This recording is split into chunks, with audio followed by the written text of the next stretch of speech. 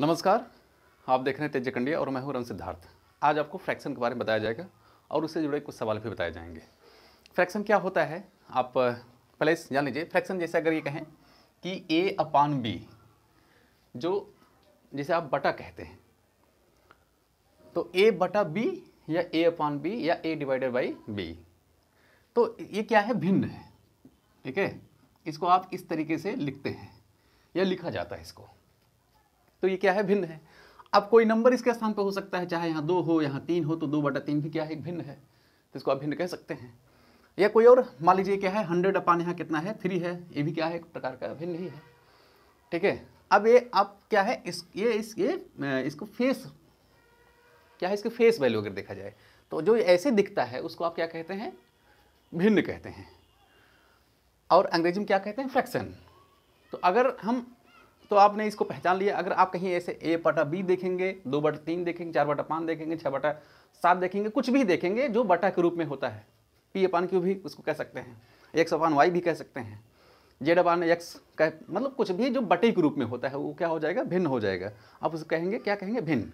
अच्छा ठीक, आपने देख लिया, कहा, आपने कहा कि ये भिन्न है, लेकिन एक चीज़ और बताइए, अगर किसी ने पूछ लिया तो आप उसको पहचान कर कह देंगे हाँ वो भिन्न तो है, लेकिन किसी ने ये कहा कि भिन्न किसे कहते हैं।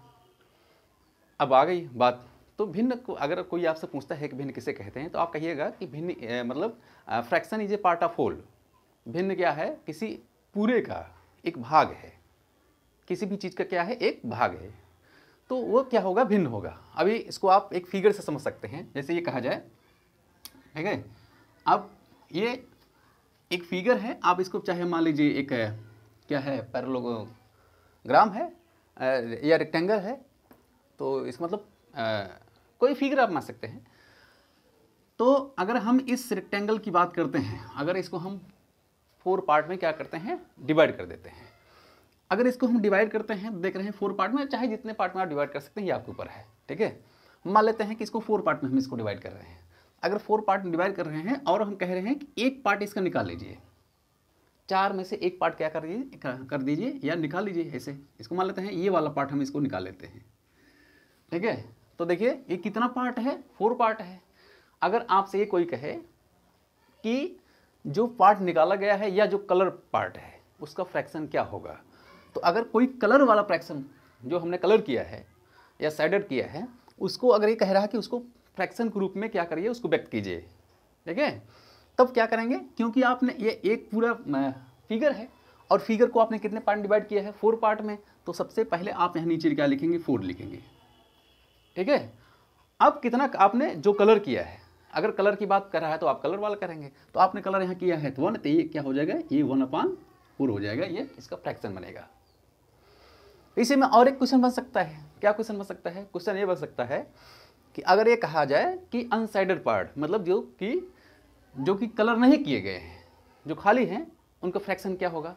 तो उनका फ्रैक्शन ये होगा कि जितने खाली नहीं हैं, कितने खाली नहीं हैं या जितने कलर नहीं है, 3 कलर नहीं है, तो अगर हम यहाँ कहें 3 हो गया, और कितना है पूरा? ये पूरा कितना है? 4। तो ये कलर्ड का ये 1/4 हो गया, और अनकलर्ड का जो कि कलर्ड नहीं है या रंगे नहीं गए हैं, उनका कितना हो जाएगा? ये 3/4 हो जाएगा। और एक चीज़ जान लीजिए, अब देखिए, जब आप फ्रैक्शन पढ़ते हैं तो सबसे पहले इसमें बहुत इंपॉर्टेंट चीज़ आती है। क्या? जैसे आपने कहा कि a/b क्या है? एक फ्रैक्शन है। a/b क्या है? एक फ्रैक्शन है। या कोई नंबर आप ले लेते हैं इसके स्थान पर, जैसे अगर ये कहा जाए कि 3/4 कर दिया जाए। ठीक है, तो 3/4 क्या है? फ्रैक्शन है। या a/b भी क्या है? एक फ्रैक्शन ही है। अच्छा, अगर ये कहा जाए कि अच्छा इस ऊपर वाले को हम क्या कहें? आपने कहा a/b, तो ठीक है, उसकी फेस वैल्यू क्या है? a है, और इसकी फेस वैल्यू क्या है? b है। आप दिख जो रहा है इसका मतलब फेस वैल्यू वही होता है। ठीक है, अब ये क्या दिख रहा है? a दिख रहा है, और ये क्या दिख रहा है? b दिख रहा है। तो a और b तो है, लेकिन अगर ये कहा जाए उसके अलावा उसको क्या कहते हैं? उसके अलावा इसको न्यूमरेटर कहते हैं या अंश कहते हैं। क्या कहते हैं? इसको अंश कहते हैं। और जो नीचे होता है इसको क्या कहते हैं? इसको आप कहते हैं हर। ठीक है, इसको आप हर कहिए या डिनोमिनेटर कहिए। न्यूमरेटर एंड डिनोमिनेटर, मतलब फ्रैक्शन जो होता है वह न्यूमरेटर और डिनोमिनेटर से मिलकर ही बनता है। ऊपर वाले को न्यूमरेटर कहेंगे, अंश कहेंगे, और नीचे वाले को क्या कहेंगे, हर कहेंगे या डिनोमिनेटर कहेंगे।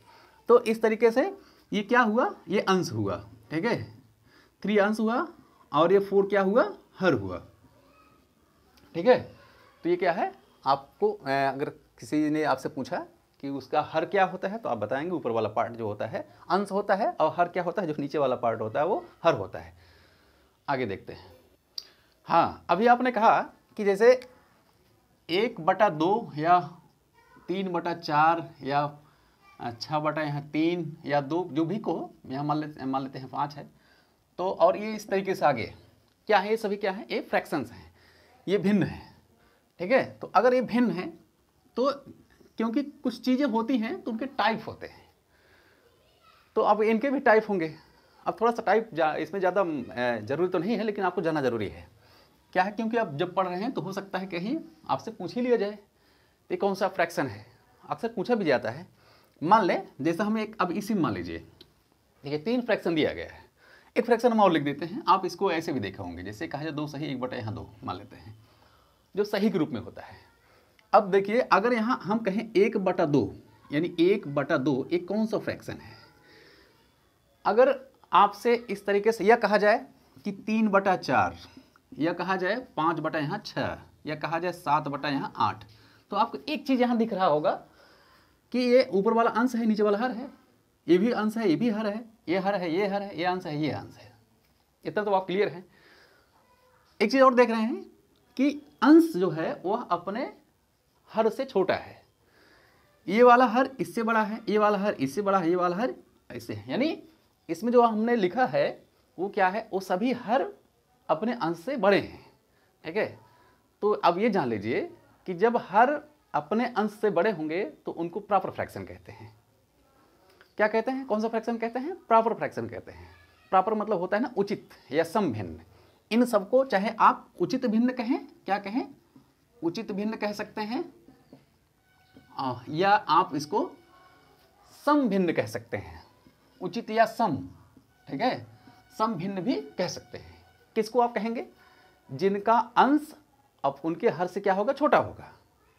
तो आप देख रहे हैं यहाँ 1 2 से छोटा है, 3 4 से छोटा है, 5 6 से छोटा है, 7 8 से छोटा है। इसका मतलब क्या है, ये सम भिन्न है या प्रॉपर भिन्न है, या कहिए उचित भिन्न है, ठीक है।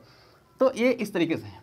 अब इसी थोड़ा उल्टा कर दीजिए, मान लेते हैं यहाँ 4/, यहाँ 3 है, 4/3 कर दें, या यहाँ कर दें 5/, यहाँ 4 कर दें, ठीक है, यहाँ कर दें 6/, यहाँ 5 ही कर दें। देख रहे हैं। अब ऐसे भिन्न ऐसे फ्रैक्शंस जो जिनका हर अपने उनके अंश क्या होता है, छोटा होता है, उन्हें क्या कहते हैं, विषम भिन्न कहते हैं। क्या कहते हैं, उन्हें विषम भिन्न कहते हैं, या इम्प्रॉपर फ्रैक्शन कहते हैं, ठीक है, या अनुचित भिन्न कहते हैं। आप जो भी कहना चाहे तो कह सकते हैं। एक क्या कहें, ये इसको आप विषम भी कह सकते हैं, ठीक है, कौन भिन्न कह सकते हैं, विषम कह सकते हैं, या अनुचित भी कह सकते हैं। क्या कह सकते हैं, अनुचित भी कह सकते हैं, ठीक है। तो आप चाहे विषम कहें, अनुचित कहें, या इम्प्रॉपर फ्रैक्शन कहें, ठीक है। तो ये क्या है, इम्प्रॉपर फ्रैक्शंस हैं। अब बात आती है इसकी, तो देखिए इसमें क्या है, ये कौन सा फ्रैक्शन है, उसमें अंश बड़ा है, तो अंश बड़ा हो गया, तो इसका मतलब क्या है, ये वो इम्प्रॉपर फ्रैक्शन है। अब इसकी बात आए, ठीक है, इसमें थोड़ा सा अलग दिख रहा है। कैसे देख, अगर हम कहें जैसे ये कहा जाए 1 सही 3 बटा या 2/3, 2/3 कहा जाए, ठीक है। यानी जब सही के रूप में आ जाए, उसको होल के रूप में आ जाए। सही का मतलब क्या है ना, जैसे 1 सही मतलब 1 सही है ना, उसमें कम उम ज़्यादा नहीं है, 1 तो है तो 1 है, 3 है तो 3 है, उसको होल कहा जाता है। अगर इसको इंग्लिश में पढ़ें तो 1 होल 2/3 कहा जाता है, ठीक है। यानी 1 होल है तो होल मतलब पूरा है। कौन पूरा है, जो यहाँ संख्या रहेगी वो पूरे में रहेगी। अब अगर ये कहा जाए 2/3 क्या है, पूरे में नहीं है, वो पूरी संख्या नहीं है, वो कंप्लीट संख्या होती ही नहीं है। जब फ्रैक्शन होगा तो कंप्लीट क्या है, कंप्लीट नंबर नहीं होगा।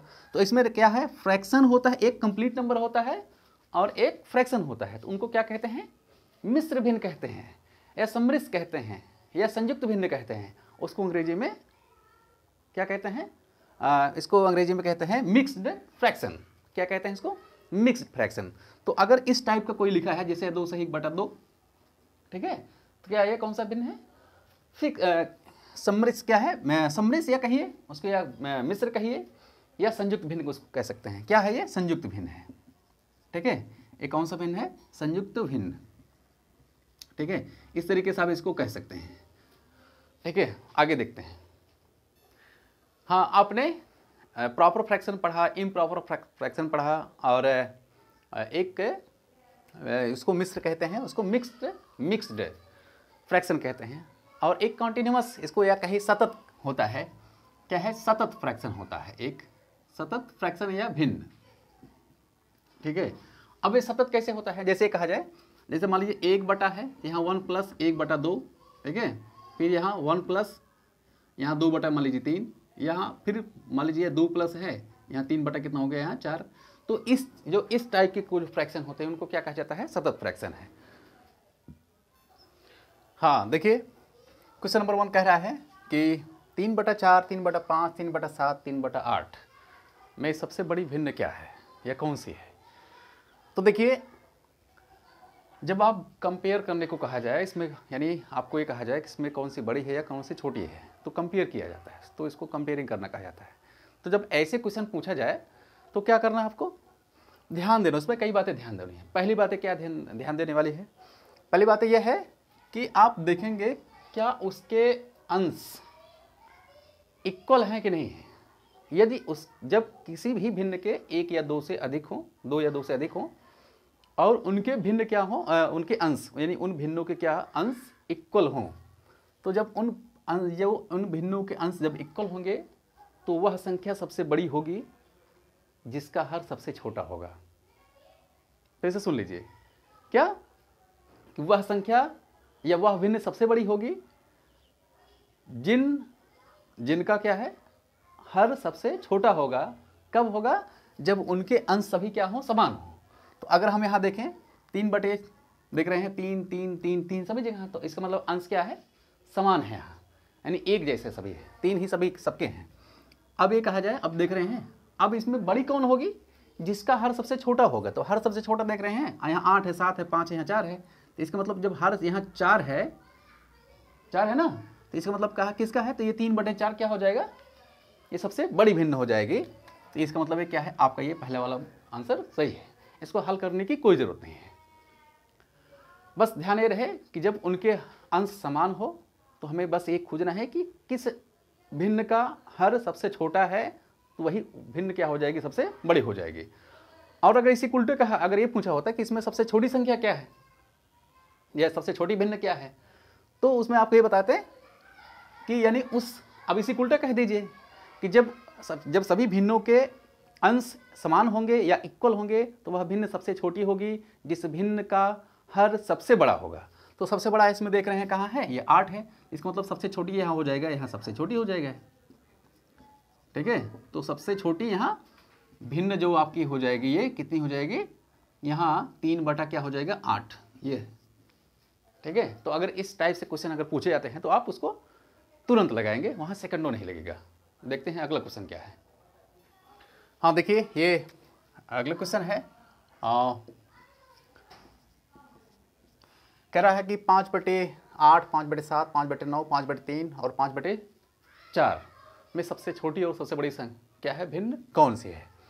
तो देखिए, क्योंकि अभी आपने पढ़ा और हमने बताया कि जिस किसी के भिन्न, यानी जिन भिन्नों के अंश क्या हो? समान हो, तो वह भिन्न सबसे बड़ी होगी जिसका हर सबसे छोटा होगा। ठीक है, तो अब देख रहे हैं यहाँ समान है, तो सबसे छोटा हर जो होगा वही सबसे बड़ी भिन्न होगी।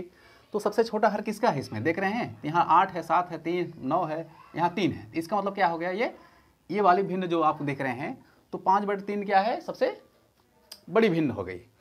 और उसके बाद सबसे छोटी भिन्न क्या होगी? इसके उलट, तो सबसे छोटी भिन्न ये होगी, क्योंकि यहाँ भिन्न क्या है? सभी भिन्नों के अंश क्या है? इक्वल हैं।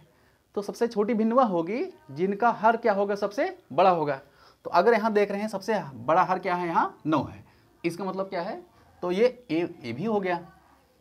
ठीक है, सबसे छोटी संख्या हो गई, तो ये बड़ी हो गई भिन्न और सबसे छोटी भिन्न हो गई। तो आप देख रहे हैं इसमें मैच कहाँ करवाइए? देखिए यहाँ बी वाला मैच कर रहा है, यानी 5/3 और कितना 5/9।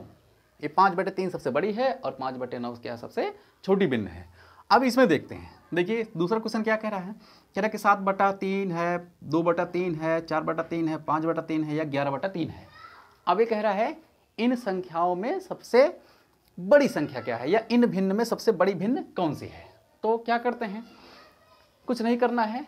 आप यहाँ आप देख रहे थे कि वह भिन्न सबसे क्या होगी, बड़ी होगी, जिसका अंश क्या हो, जब अंश इक्वल हो या समान हो तो हम उनको वही भिन्न बड़ी होती है जिनका हर क्या होता है, सबसे छोटा होता है। अब यहाँ उसको उल्टा कर दीजिए। जब यहाँ आप देख रहे हैं यहाँ उल्टा भी है, भी क्या उल्टा है, अब देख रहे हैं यहाँ हर इक्वल है, यानी 3 सब है। यानी चाहे जब अगर ऐसा क्वेश्चन आ जाए जिसके हर क्या हो, समान हो, जब हर समान होते हैं तो वह भिन्न बड़ी होती है जिसका अंश क्या हो, सबसे बड़ा होता है। ठीक है, जिसका अंश क्या हो, सबसे बड़ा। यानी जब हर समान हो तो वह भिन्न सबसे बड़ी होगी जिसका हर क्या हो, सबसे बड़ा हो। तो जब हर यहाँ सबसे बड़ा देखेंगे, अंश बड़ा हो, तो अंश इसमें कहाँ बड़ा है, देख रहे हैं 7 बड़ा है या 11 बड़ा है। तो यहाँ क्या है, 11 बड़ा है। इसका मतलब क्या हो गया, ये वाली जो 11/3 है वो सबसे बड़ी संख्या होगी। तो यहाँ क्या हो जाएगा, 11/3, यहाँ पहला ऑप्शन ये सही है। फिर से एक बात सुन लीजिए, अगर किसी भी भिन्न के या भिन्नों में, जब भिन्नों में उनके हर क्या हो, समान हो, तो वह भिन्न सबसे बड़ी होती है जिसका अंश सबसे बड़ा होता है। ठीक है, तो वह भिन्न क्या हो जाती है, सबसे बड़ी हो जाती है। और सबसे छोटी भिन्न क्या होगी, जब जिनका हर सबसे बड़ा होता है तो बड़ी होती है, और जिनका हर सबसे छोटा हो जाएगा सबसे छोटी हो जाएगी। तो इसका मतलब अगर ये कहा जाए सबसे छोटी भिन्न इसमें क्या है, तो सबसे छोटी भिन्न ये हो गया। ठीक है, अगर पूछा गया होता तो आप यहाँ बताते, तो ये बड़ा हो गया, ये क्या हो गया, छोटा हो गया। तो इस तरीके से आज बस इतना ही, और आपको मिलते हैं नेक्स्ट वीडियो में और दमदार क्वेश्चन के साथ। तब तक के लिए धन्यवाद, नमस्कार।